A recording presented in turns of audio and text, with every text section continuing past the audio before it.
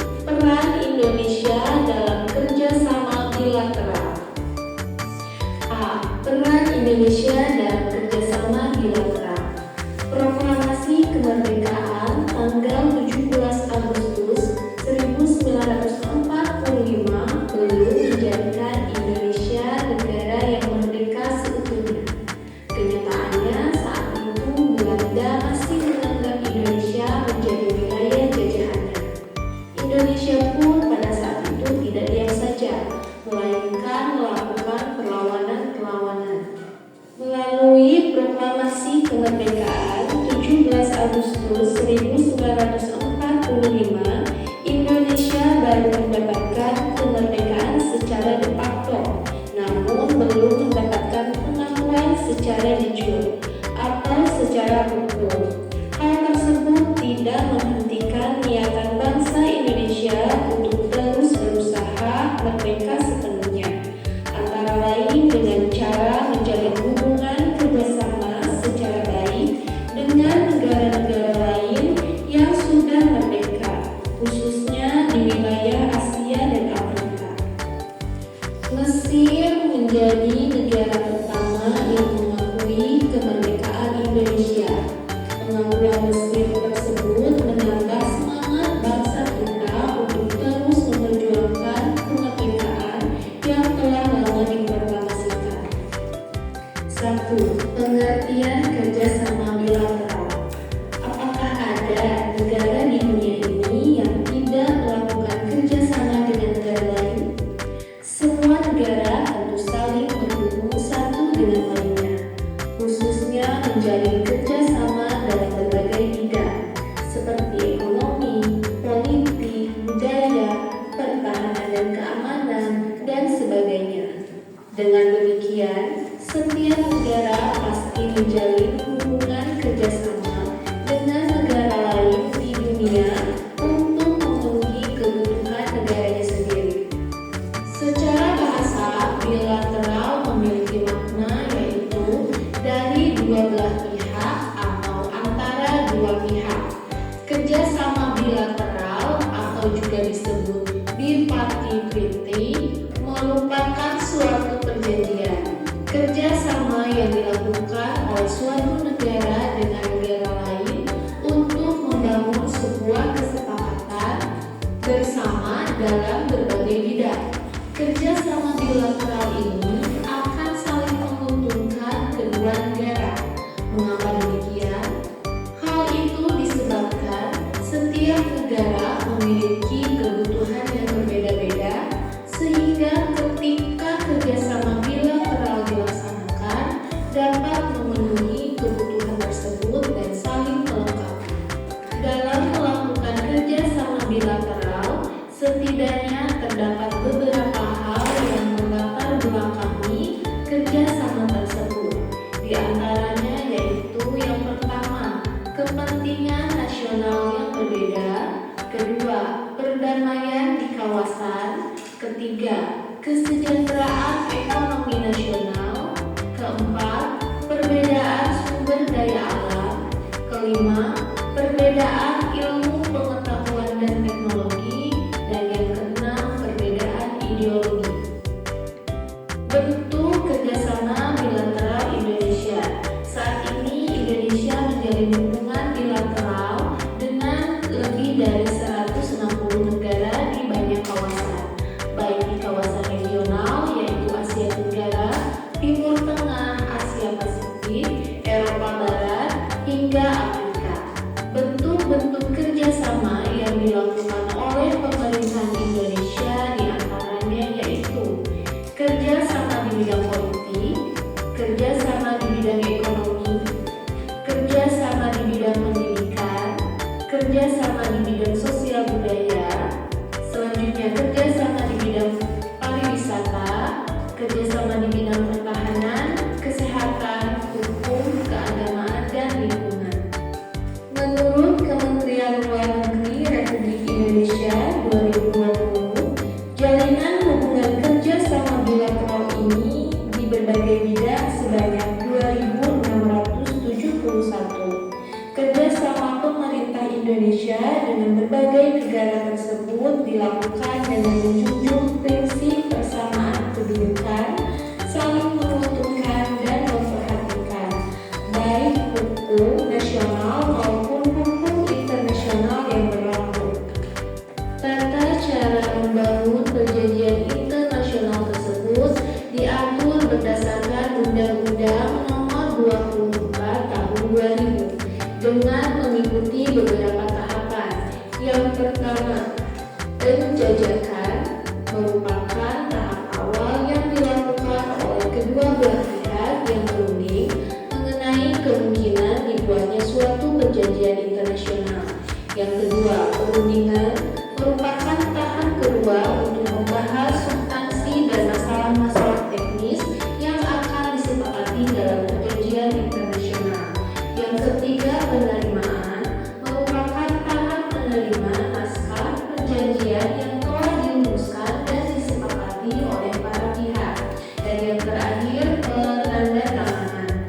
merupakan tahap akhir dalam perundingan bilateral untuk mendelegasi suatu naskah perjanjian internasional yang telah disepakati oleh kedua belah pihak. Pada awal kemerdekaan, kerjasama bilateral memiliki motif yang digunakan untuk mendapatkan pengakuan kemerdekaan dari negara lain. Selain itu juga digunakan untuk meminimalisir konflik dengan negara lain, serta untuk memenuhi kebutuhan hidup masyarakat. Dengan adanya kerjasama bilateral tentu akan menguntungkan Indonesia, sebab dapat memanfaatkan kerjasama tersebut untuk kepentingan dalam dan luar negeri yang sesuai dengan amanat pendiri bangsa. Pernahkah kalian mendengar ada tenaga kerja Indonesia atau TKI yang menjadi korban kekerasan fisik, pemerasan, upah tidak dibayar? Apa yang seharusnya dilakukan jika terjadi demikian? Jika terjadi demikian, negara harus hadir untuk melindungi segenap bangsa dan seluruh tumpah darahnya, meskipun berbeda di luar negeri. Untuk itu, Indonesia melakukan hubungan kerjasama bilateral dengan Malaysia berdasarkan Memorandum of Understanding atau nota kesepakatan antara pemerintah Republik Indonesia dan pemerintah Malaysia. Perjanjian kerjasama tersebut mengatur soal perekrutan dan penempatan pekerja domestik asal Indonesia di Malaysia. Banyak sekali tenaga kerja asal Indonesia yang bekerja di Malaysia, sehingga pemerintah Indonesia harus melindungi para pekerja tersebut melalui perjanjian bilateral. Selain untuk perlindungan tenaga kerja, Indonesia juga banyak melakukan hubungan bilateral di bidang perdagangan, pengembangan pariwisata, dan banyak lainnya. Beberapa contoh kerjasama bilateral yang dilakukan oleh Indonesia yaitu: pertama, kerjasama ekonomi antara Indonesia dengan Jepang; kedua, kerjasama kesehatan antara Indonesia dengan Singapura; ketiga, kerjasama pertahanan antara Indonesia dengan Amerika Serikat; yang selanjutnya kerjasama perdagangan antara Indonesia dengan Cina; dan yang terakhir kerjasama pendidikan, kebudayaan, dan ilmu pengetahuan antara Indonesia dengan Belanda. Kerjasama bilateral Indonesia dengan negara-negara lain ditandai dengan adanya nota kesepahaman antar dua pihak. Tercatat pada tahun 2020 terdapat 5 negara yang membuat nota kesepahaman terbanyak untuk kerjasama bilateral dengan Indonesia, yakni yang pertama Amerika Serikat, 2 Jerman, 3 Cina, 4 Prancis, dan yang kelima Korea Selatan. 3. Manfaat kerjasama bilateral bagi Indonesia. Gambaran di atas merupakan salah satu dari manfaat kerjasama bilateral antar negara secara umum. Adapun manfaat kerjasama bilateral Indonesia adalah sebagai berikut. Yang pertama, perlindungan warga negara; kedua, perundingan perbatasan; ketiga, peningkatan ekonomi; keempat, pertukaran pelajar dan mahasiswa; yang seterusnya, daya saing bangsa; dan yang terakhir, peningkatan hubungan antar negara. Mungkin itu ya untuk pertemuan kali ini, mudah-mudahan dapat bermanfaat. Sampai Mungkin dari tayangan ini tadi bisa kalian ambil saja atau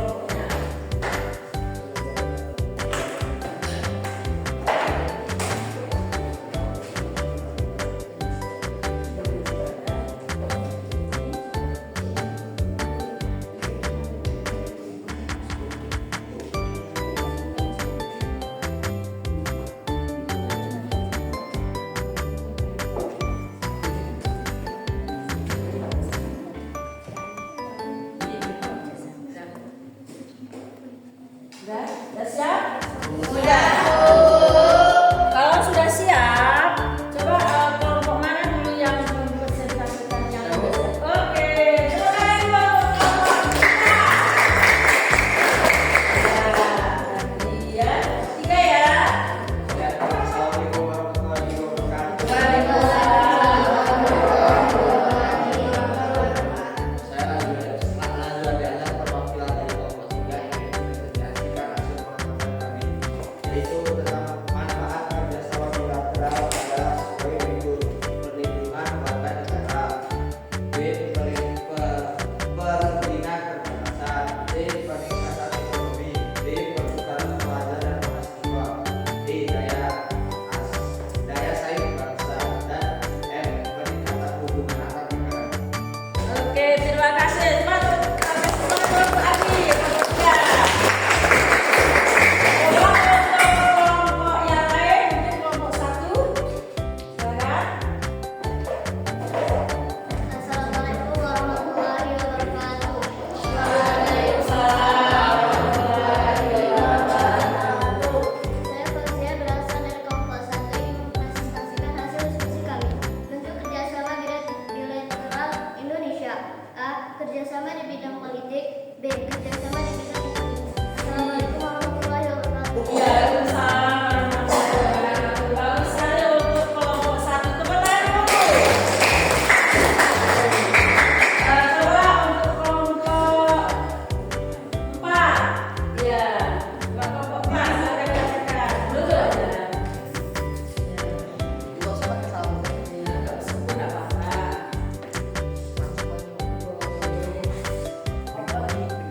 Kawasan pengembangan kerjasama regional di antara faktor pendorong kerjasama regional tersebut adalah A. Kedekatan wilayah dan kesamaan kepentingan, B. Kesamaan aspek historis, C. Sumber daya alam, D. pemasaran produk perdagangan.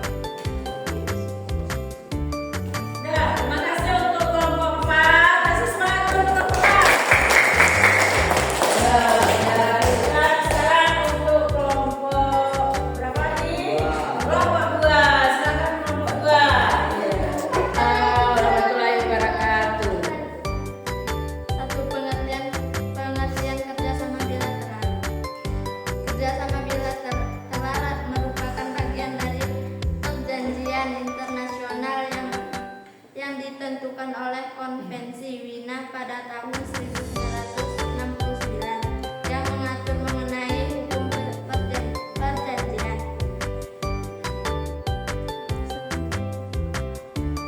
Assalamualaikum warahmatullahi wabarakatuh. Iya,